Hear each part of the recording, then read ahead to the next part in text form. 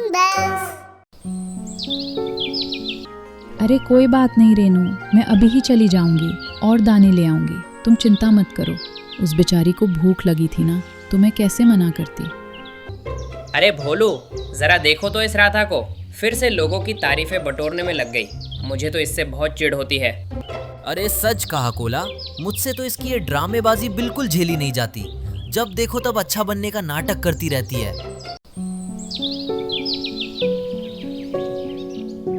अरे राधा बहन, आज मैं बहुत बीमार हूँ और अपने लिए दाने भी नहीं ला पाई। क्या तुम मेरी कुछ मदद करोगी? हाँ हाँ बहन, क्यों नहीं।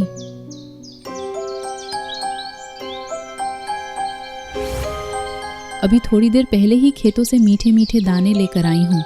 ये लो, थोड़ा तुम भी ले लो। राधा चिड़िया अपने हिस्से का लाया हुआ आधे से ज्यादा अनाज मीना को दे देती है। ये देखकर उसकी सखी रेनू चिड़िया कहती है,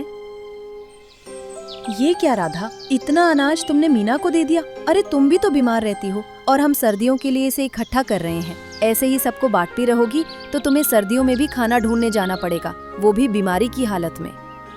अरे कोई बात नहीं रेनू, मैं अभी ही चली जाऊंगी और दाने ले आऊंगी। तुम चिंता मत करो।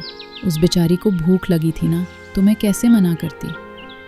तू तो सबकी मदद करती है राधा, लेकिन दूसरे इतने अच्छे नहीं होते। देखना, जब तुझे जरूरत पड़ेगी तो इनमें से कोई तेरी मदद करने नहीं आएगा।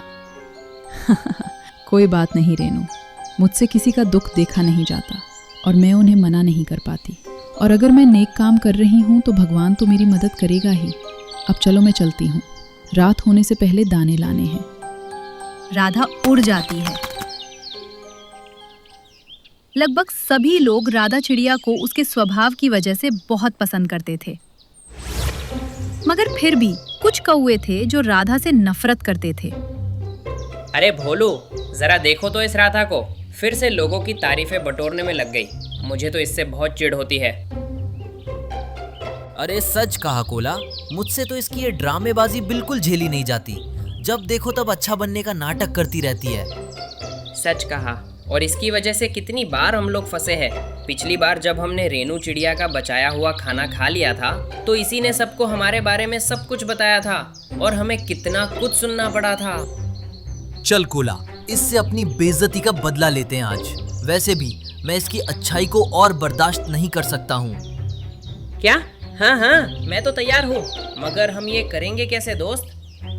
अरे और कैसे, एक काम करते हैं, ये अभी खाना लेने गई है और इसके घोंसले में कोई नहीं। बाकी चिड़िया भी अपने घोंसले में नहीं है। हम उनके सर्दियों के बचाए हुए दानों को इसके घोंसले में डाल देते हैं, फिर सबको लगेगा कि चोरी हो गई। और चोरी किसने की? राधा चिड़िया ने। और किसने? वाह, क्या प्लान बनाया है। अरे अब आएगा ना मजा।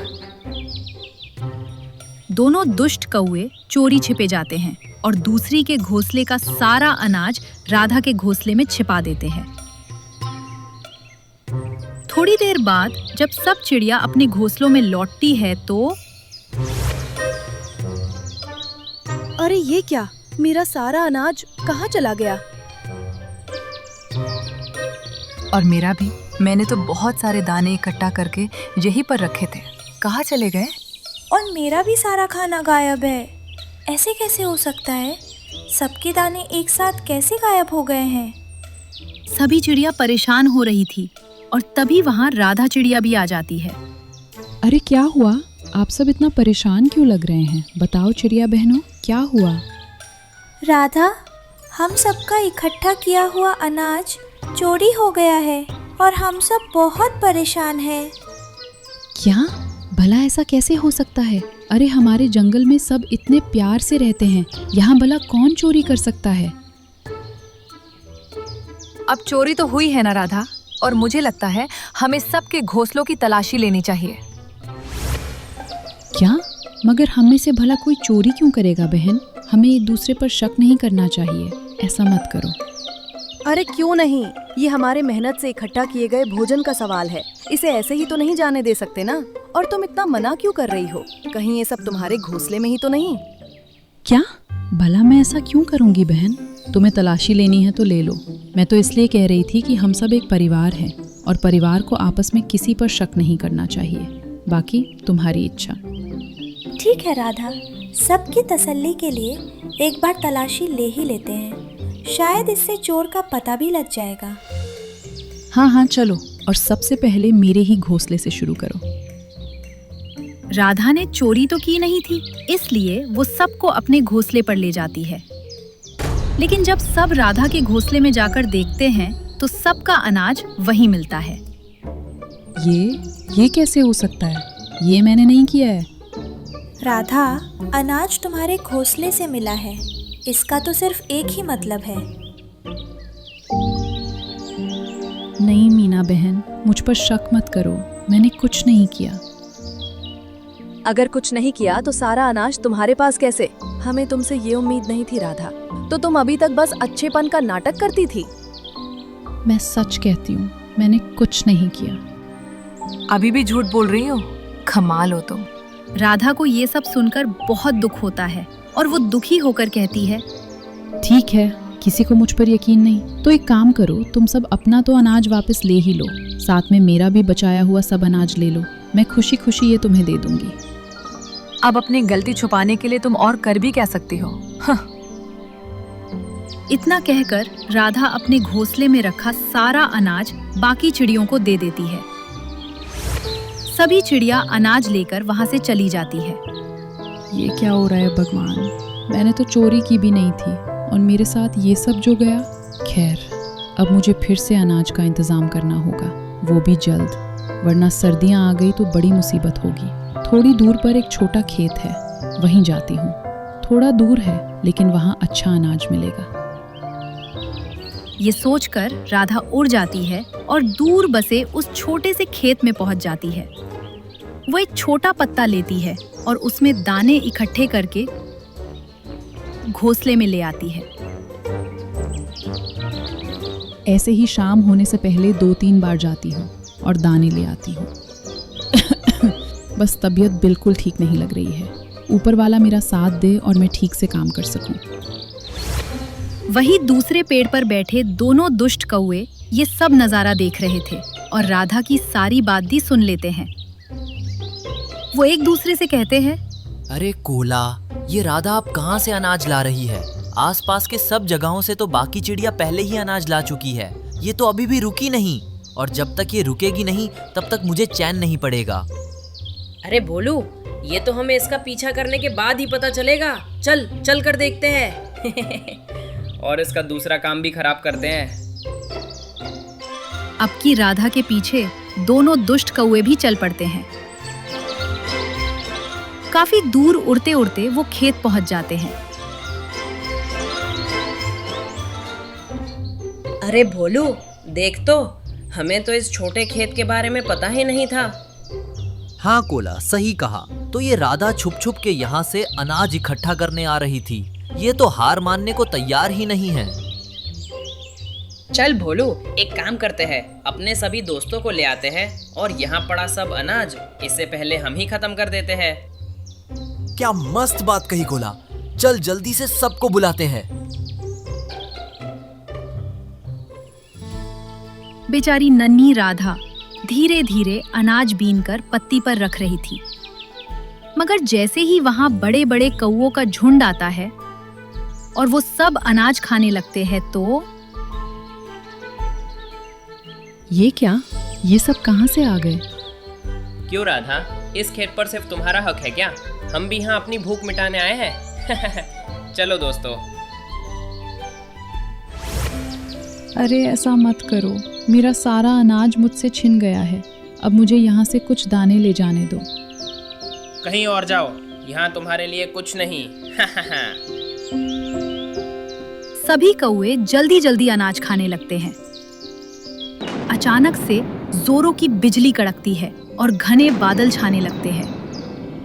अरे ये क्या, लगता है बारिश तूफान आने वाला है। किसी पेड़ की ओट में छिप जाती हूँ। राधा तो छोटी सी थी, वो जल्दी से पेड़ की ओट में छिप जाती है। लेकिन कोला और भोलू तो बदले की आग में इतने मग्न थे कि वो मौसम पर ध्यान ही नहीं देते। उनके बाकी सभी दोस्त मौसम देखकर उड़ जाते हैं। और वो खेत में पड़ा अनाज खाने में व्यस्त रहते हैं। अचानक से जोरों की बारिश शुरू हो जाती है। ये क्या भोलू, इतनी भयंकर बारिश। अरे अब क्या करे, कहाँ जाए, कहाँ छुपे। इस तेज बारिश और तूफान में तो उड़ना भी मुश्किल है कोला। अब यही कोने में बैठना पड़ेगा। उड़कर जाएंगे भी कहाँ? कहीं बिजली कड़की और हम पर गिर गई तो? कितनी ठंड है, कितनी जोरों की बारिश है, मुझसे तो सहन ही नहीं होता। बेकार तुम दोनों के चक्कर में यहाँ इतनी दूर आया, अब भीग रहा हूँ। और रही तो क्या, ठंड से तो मेरी जान निकल रही है। बेचारे कौवे बारिश में परेशान हो जाते हैं। लगातार 3 घंटों तक बारिश होती है और दोनों कौवे बुरी तरह बारिश में भीग जाते हैं। जब नन्ही राधा भोलू और कोला को ऐसे कांपते हुए देखती है तो कहती है, अरे कोला भाई, भोलू भाई, आप दोनों को तो बुरी तरह सर्दी लग गई है और आपके दोस्त भी बारिश में भीग भी गए। हाँ, सच कहा। लेकिन तुम्हें इससे क्या?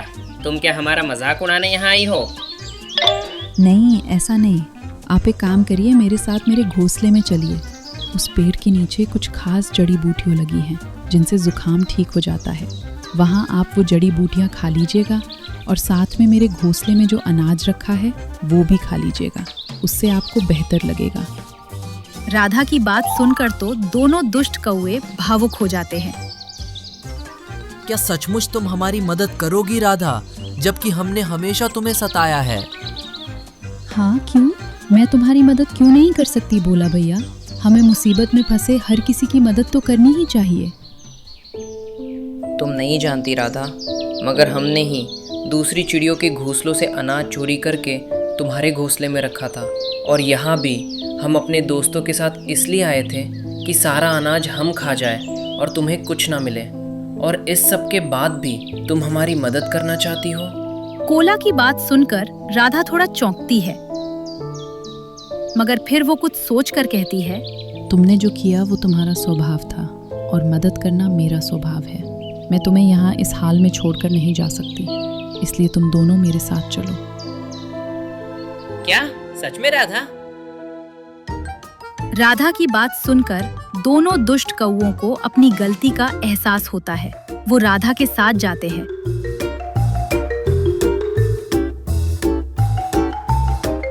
और फिर बाकी सभी चिड़ियों को भी चोरी के पीछे का सच बता देते हैं।